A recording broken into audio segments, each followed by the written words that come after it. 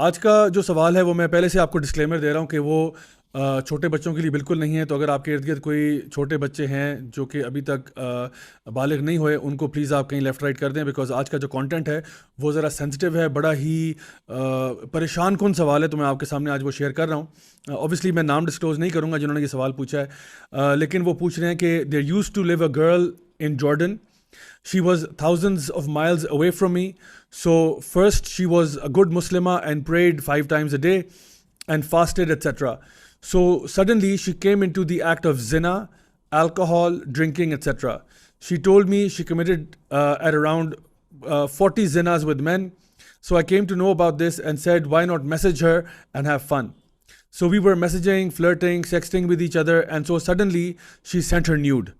I told her to send more, so she ignored me. I insisted her so much that she sent me more. So months have passed and I never talked to her, and she already had sent nudes to many more men before me. So after a couple of months, I was bored and I texted her, hey, I have your nudes, send me some money or I will make them viral. And her response was, go ahead.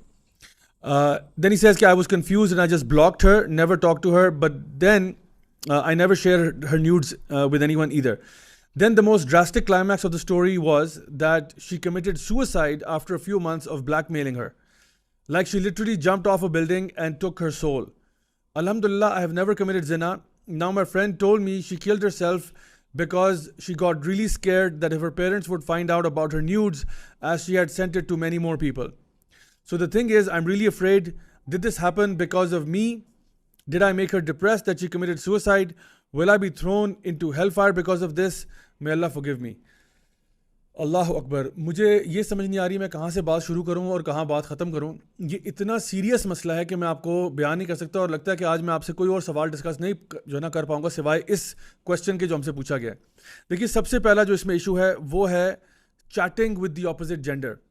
یہ بات ہم بار بار کہتے ہیں کہ اللہ تعالیٰ نے قرآن مجید میں یہ بات ارشاد فرمائی ہے کہ ولا تقربوا الزنا, کہ ڈو ناٹ گو نیئر زنا. اس کا کیا مطلب ہے؟ اس کا یہ مطلب نہیں ہے کہ زنا مت کرو, اس کا مطلب ہے کہ زنا کے پاس لے جانے والے جو اعمال ہیں وہ بھی مت کرو.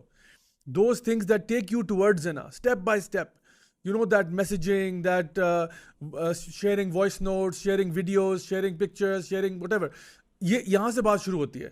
اور کرتے کرتے کرتے انسان جو ہے وہ میجر گناہوں کے اندر پڑ جاتا ہے جہاں پہ زنا تک بات پہنچ جاتی ہے. تو پہلی بات تو یہ کہ آپ کا جو اپوزٹ جینڈر کے ساتھ انٹریکشن ہے وہ بہت ٹو دا پوائنٹ ہونا چاہیے. اس میں کسی قسم کی فلرٹنگ, کسی قسم کا اس قسم کا جو سیکشول کانٹینٹ ہے وہ بالکل نہیں ہونا چاہیے. That goes without seeing. The second issue here is the issue of sharing pictures. مطلب why would you share your nude pictures with a stranger? Or forget about that, why would you share your nude pictures with anyone? Even forget that, why would you have nude pictures of yourself on your phone? I mean, یہ میری سمجھ سے باہر ہے کہ why would you do something like that? جب کہ آپ کو پتا ہے کہ ایک دفعہ جب پکچر آپ کے فون سے یا آپ کے کمپیوٹر سے نکل گئی ہے نا, اب آپ کا اس پکچر پہ کوئی اختیار نہیں ہے.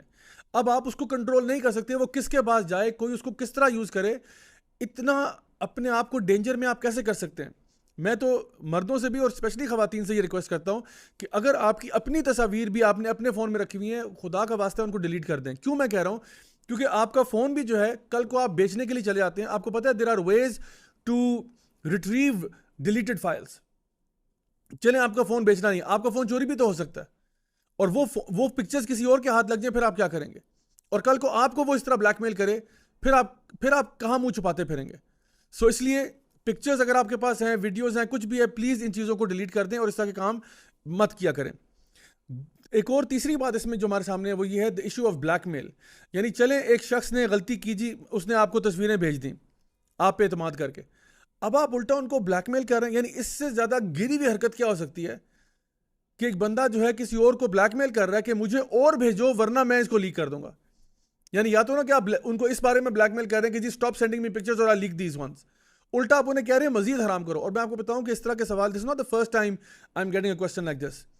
آئی have gotten a question where it's far worse, جہاں پہ کسی نے یہ کہا کہ یو کمٹ زنا ود می اور I will leak your pics to your father and your brother. میرے ساتھ حرام ریلیشن شپ کرو آپ, کیونکہ پہلے تو وہ صرف آن لائن چل رہا تھا. وہ کہہ رہے نہیں میرے ساتھ حرام کرو and that's all I am gonna give you basically. There is no marriage, there is no nothing, حرام ریلیشن شپ کرو ورنہ تمہاری پکچرز لیک ہو رہی ہیں.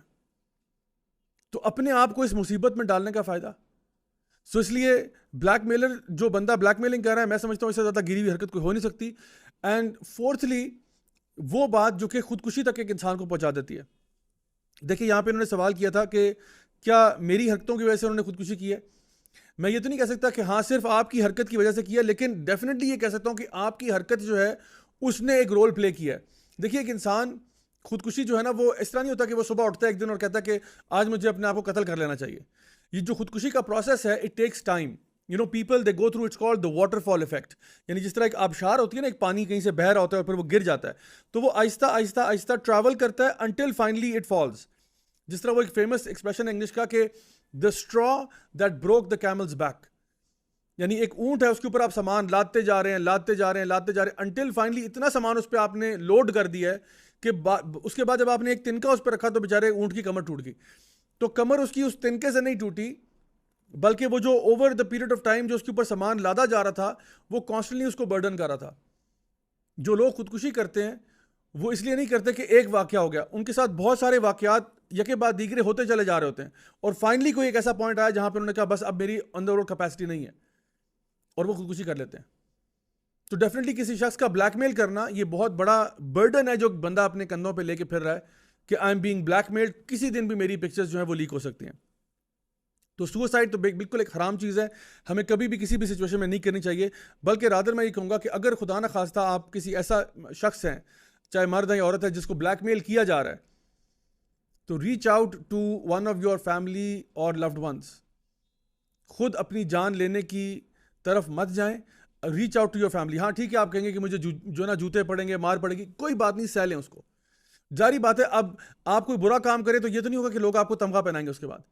اگر آپ سے غلطی ہوگی کوئی بات نہیں, ڈانٹ کھا لیں, ماں باپ پٹائی کرتے ہیں پٹائی کھا لیں, لیکن کم از کم ان سے شیئر کر دیں تاکہ آپ کی جان بچ جائے, تاکہ آپ سائیکولوجیکل ٹراما سے بچ جائیں.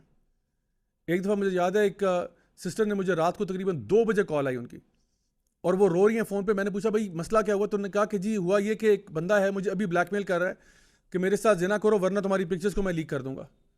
تو میں نے ان کو یہ کہا کہ میں نے کہا برائے مہربانی آپ نے بالکل پکچرز لیک نہیں ان کی بات نہیں مانی. وہ لیک کرتے ہیں کرنے دیں, آپ نے ان کی بات نہیں مانی, کیونکہ وہ کہتے ہیں نا 2 wrongs don't make a right. ایک غلطی ہوگی تو اب آپ دوسری کریں گے, ساری عمر کے لیے اس کے غلام بننا چاہتے ہیں آپ, تو بالکل ایسا مت کریں. اپنے فرینڈز فیملی لوڈ ونز میں سے reach out to someone, do not commit suicide.